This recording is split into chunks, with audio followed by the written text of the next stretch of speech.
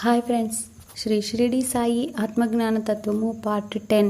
New spiritual master Sai Ratna Sai Bandhu Bhimneni Vamsi Kiran garu Shirdi Sai ఏకాదశ సూత్రాలపై అనేక పరిశోధనలు చేసి అందులోని యోగ రహస్యాలను, బాబా చెప్పిన సత్య మార్గాన్ని, ఆత్మజ్ఞాన తత్వాన్ని సామాన్యులకు సైతం అర్థమయ్యే రీతిలో శ్రీ షిరిడి సాయి ఆత్మజ్ఞాన తత్వం అనే అద్భుతమైన గ్రంథరాజం ద్వారా మనకి అందించడం జరిగింది.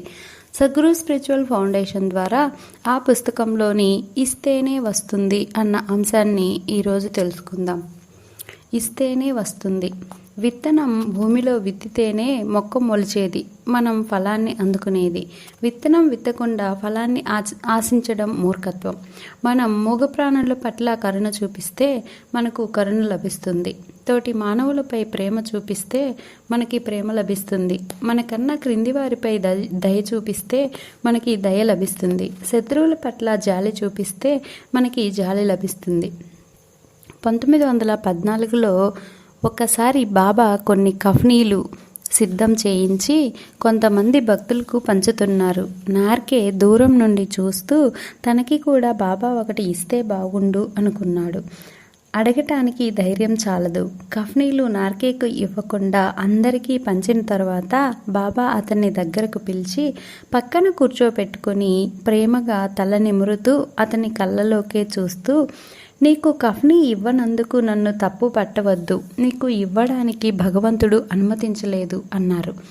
నార్కే సిగ్గుతో తలదించుకున్నాడు. ఎందుకంటే అంతకుముందు అతను ఎవ్వరికీ గుడ్డ ముక్క పెట్టి ఎరగడు. పై సంఘటనతో మనం అర్థం చేసుకోవాల్సింది ఏమంటే, మనం ఏదైతే బాబా నుండి ఆశిస్తున్నామో అది మనం ఇతరులకు అందించగలిగితే అప్పుడు సమాధి స్థితిలో ఉన్న బాబా తక్షణం అంతకు 10 రెట్లు మనకు అందిస్తాడు. ఇది పరమ సత్యం. ఇదే భగవంతుని న్యాయం. కనుక బాబా ఎప్పుడూ కూడా సమాధి స్థితిలో ఉంటూ అందరినీ ఆదుకుంటూ ఉంటాడు. మరి మనం చేయవలసిందల్లా మనలో ఉన్న మలినాన్ని తొలగించుకొని తగిన అర్హత సంపాదించుకోవడమే. కనుక బాబా షిరిడీలోనే ఉంటారు అనే మూర్ఖ మానవులారా, కళ్ళు తెరవండి. కోరిన తక్షణం ఎక్కడైనా ప్రత్యక్షం అవగల కాలాతీతుడు. బాబాని ప్రత్యక్షం చేసుకోవాలంటే కావాల్సింది అంకిత భావం మాత్రమే. విఠల్ యశ్వంత్ దేశపాండే 80 సంవత్సరాల వృద్ధుడు. అతనికి అందరిపైన అపారమైన జాలి, దయ ఉండేవి.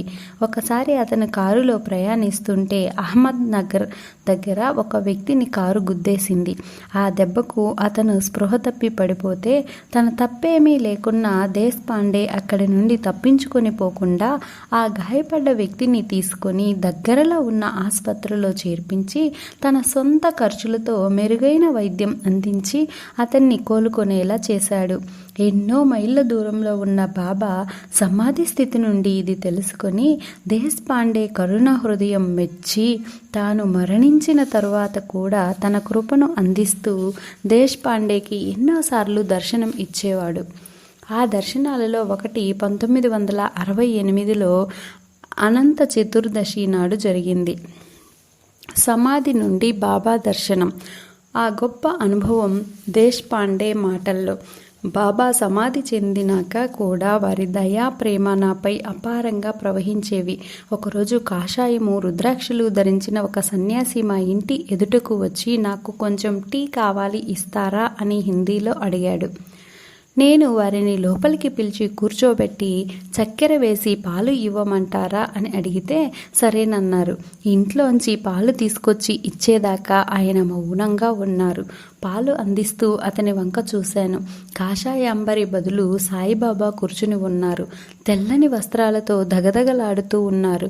నా కళ్ళని నేను నమ్మలేకపోయాను. పట్టలేని ఆనందంతో వారి పాదాలకు నమస్కరించాను. నా నోట్లోంచి ఒక్క మాట కూడా రాలేదు. చేష్టలు ఉడిగిపోయాను. అయోమయంలో ఉన్న నన్ను చూసి మా ఇంట్లో వాళ్ళందరూ ఆయనకి నమస్కారం చేసుకున్నారు. అంతలో వారు పాలు త్రాగి అకస్మాత్తుగా లేచి బయటికి వెళ్ళిపోయారు. తేరుకొని బయటకు వెళ్ళి చూశాను. అతనక్కడ కనపడలేదు. పొరుగు వారిని విచారిస్తే తాము గంట నుంచి బయట అరుగు మీదే కూర్చుని ఉన్నామని, ఎవ్వరూ ఇటు రాలేదని చెప్పారు. ఇలా ఎన్నోసార్లు దర్శనం ఇచ్చేవారు. గత 33 సంవత్సరాలుగా మేమెప్పుడూ డాక్టర్ వద్దకు వెళ్ళలేదు. ఎటువంటి వ్యాధినైనా బాబానే చూసుకుంటారు. ఇది నా అదృష్టం. నిజంగా విఠల్ యశ్వంత్ దేశపాండే గారు అదృష్టవంతులే. బాబా చనిపోయిన తర్వాత కూడా వారిని భౌతికంగా దర్శించుకున్నారు, వారి ప్రేమను పొందారు. దీనికి కారణం ఏమంటే పాండే గారి జాలి హృదయం. ప్రతి వ్యక్తిలో బాబాని చూసే ప్రేమ హృదయమే బాబాని ఆకర్షించింది. రోడ్డు మీద గాయపడ్డ వారి పట్ల జాలి, ఇంటికి వచ్చిన బిచ్చగాళ్ల పట్ల దయ చూపించడం పాండే గారి గొప్పతనం. ఆ గొప్పతనమే బాబాని కట్టివేసింది. కనుక మనం కూడా మనలో జాలి, దయ, కరుణ, ప్రేమ గుణాలు పెంచుకుంటే తక్షణం బాబా మన ముందు ప్రత్యక్షం అవుతాడు అని ఈ సంఘటన నిరూపిస్తుంది. ఒకసారి నానా లేలే శాస్త్రి అనే మిత్రుడితో కలిసి పూణే నుండి టాంగాలో ఎక్కడికో బయలుదేరారు. కొన్ని మైళ్ళు ప్రయాణించాక గుర్రం బెదిరి ఆ బండి అదుపు తప్పి పడిపోయింది. ఆ చెక్క బండి ముక్కలు ముక్కలయ్యింది. అది విరిగిన తీరు చూస్తే ఒక్కరు కూడా బ్రతికే అవకాశం లేదు. కానీ అదే సమయానికి షిరిడీలో ఉన్న బాబా ఉన్నట్లుండి తన చేతులు శంఖంలా చేసి ఊదుతూ ఉన్నారు. ఎవరికీ ఏమీ అర్థం కాలేదు. మరుక్షణమే ఆయన, అరే నానా చనిపోబోతున్నాడు, కానీ చావనిస్తానా అన్నాడు. అక్కడ పూణేలో నానాకు అతని మిత్రుడికి చిన్న దెబ్బైనా తగలలేదు. పై సంఘటనలో మనం తెలుసుకోవాల్సింది ఏమంటే బాబా సమాధి స్థితి నుండి తను ఎక్కడ ఉన్నా సదా మనల్ని రక్షిస్తూ ఉంటాడు. కనుక మనం నిశ్చింతగా ఎటువంటి అవిశ్వాసాలకు తావివ్వకుండా ఆనందంగా జీవించవచ్చు. చేయవలసిందల్లా బాబా హృదయాన్ని గెలుచుకోవడమే. సకల ప్రాణుల పట్ల కరుణ, జాలి, సకల మనుష్యుల పట్ల దయ, ప్రేమ కలిగి ఉంటే చాలు. ఇదే బాబా హృదయాన్ని ఆకర్షించే భక్తులం అవ్వాలంటే కావలసిన అర్హత. పూజలు చేస్తే బాబా భక్తులం కాము, హారతులిస్తే బాబా హృదయం గెలుచుకోము. మాంసాహారం మానివేసి సకల ప్రాణులతో చెలిమి చేస్తూ మనలో పరివర్తన తెచ్చుకొని శత్రువుని కూడా ప్రేమించే క్షమా హృదయం కలిగి ఉంటే చాలు. వారిని బాబా తన ప్రియ భక్తులుగా పరిగణిస్తారు. వారి పరిరక్షణ భారాన్ని ఆయనే చూసుకుంటారు. అందుకే అంటారు బాబా, నా భక్తుల రక్షణ నా సమాధి నుండియే వెలువడును అని. సమాధి నుండియే నేను సర్వకార్యములు నిర్వహింతును అన్న ఏకాదశి సూత్రాన్ని రేపటి భాగంలో తెలుసుకుందాం. ఇంతటి అద్భుతమైన సాయి ఆత్మజ్ఞాన తత్వాన్ని బాబా ద్వారా గ్రహించి మనకు అందించిన వంశీ గారికి శతకోటి కృతజ్ఞతాభివందనాలు. Thank you.